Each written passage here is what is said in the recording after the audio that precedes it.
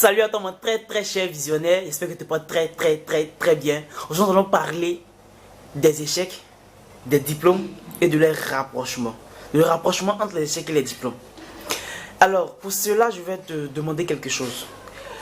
Pour la majorité des personnes qui recherchent un emploi, notamment les étudiants qui recherchent un emploi, quelle est l'origine, sinon le fondement de la motivation qui sous-entend cette recherche-là? Généralement, est-ce que c'est le fait de sortir de la pauvreté ou le fait de faire valoir ses compétences?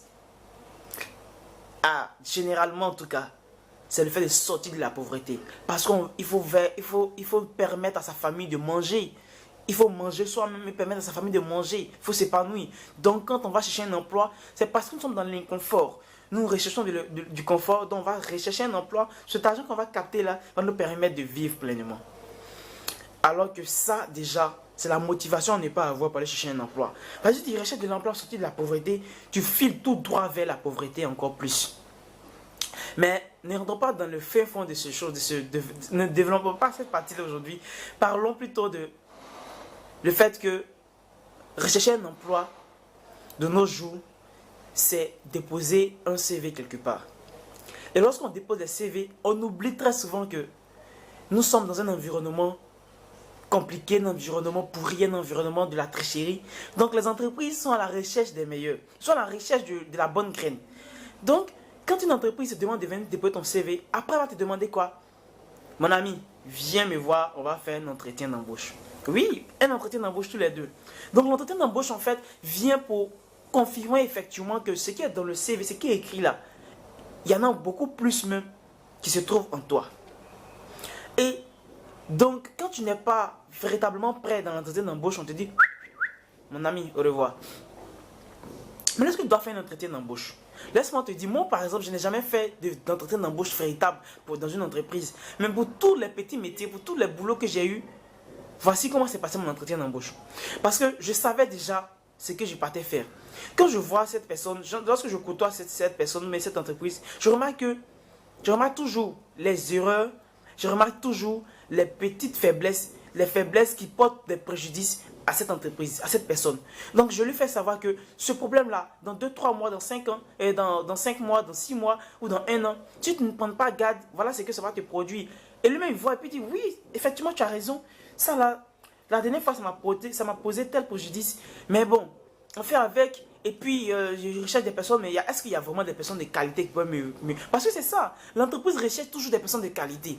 Et lorsque toi tu es en mesure de lui faire comprendre que cette partie-là, s'il ne prend pas garde, ça va l'empêcher d'avoir une ascension véritable pour son entreprise. Et que toi, tu es en mesure de positionner pour que cela soit corrigé. Tout de suite, il oublie ton CV. Il oublie ton CV parce que ça sert à quoi un CV? Parce qu'on sait qu'on est dans un environnement où la tricherie est maître. Ça sert à quoi? C'est pour cela que tu as besoin absolument de faire valoir tes compétences.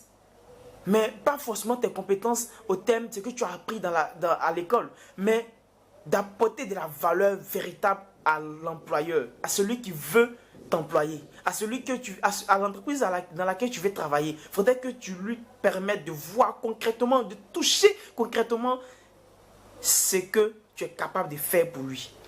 Parce que si tu viens avec un air de pitié, oh monsieur, vraiment ça ne va pas, il y a ma famille qui a besoin que je travaille avec tous ces diplômes que j'ai, vraiment, ils vont jamais t'employer. Jamais. Parce qu'ils ne sont pas là. S'ils étaient là pour aider les uns les autres à manger, ils allaient créer une ONG au lieu d'une entreprise. L'entreprise a besoin d'évoluer, a besoin de perdurer dans le temps. Donc, elle n'est pas là pour regarder si tu vas bien ou pas. L'entreprise a besoin que tu produises des résultats concrets et très importants. Donc, mon très cher visionnaire, ce que tu dois retenir dans cette vidéo, c'est que tu as besoin de faire valoir tes compétences autres que, ou du moins plus que ce que tu as appris à l'école. Et c'est ça qui va te caractériser avec toutes ces personnes qui ont le même diplôme que toi. C'est ça qui va faire la différence. Un recruteur en tout cas qui connaît son travail, il sait que l'échec n'est pas un mal en soi. Donc lorsque tu fais valoir tes échecs auprès de quelqu'un, que tu lui dis, voilà ce que j'ai fait comme entreprise, voilà comment je me suis lancé dans quelque chose, mais ça a échoué, voilà comment est-ce que j'ai transformé ça autrement. Mais pour l'instant, je n'ai pas trop de moyens, donc je vais doucement crescendo. Que tu fais valoir ces compétences-là, ce qui te fait valoir ces échecs-là, la personne, le recruteur, sait en face de qui il est. Il sait qu'il est en face de quelqu'un qui a de la bravoure. Parce qu'on nous a fait croire sous nos cieux ici que l'échec est un mal en soi. Ce n'est jamais un mal en soi. Ce n'est jamais mal. D'ailleurs, même dans la Silicon Valley, on dit que l'échec, on dit de l'échec que c'est un diplôme. Parce qu'ils disent échoue tout. Échoue chaque fois, échoue toujours. Car c'est une grosse vertu. Oui, c'est une vertu. Si tu échoues et que tu apprends de tes échecs et que tu te relèves, waouh! On dit que ce qui ne te tue pas, mon très cher visionnaire, te rend plus fort. Alors je t'invite très simplement à oser être la meilleure version de toi et à décrocher tous les emplois que tu veux avoir.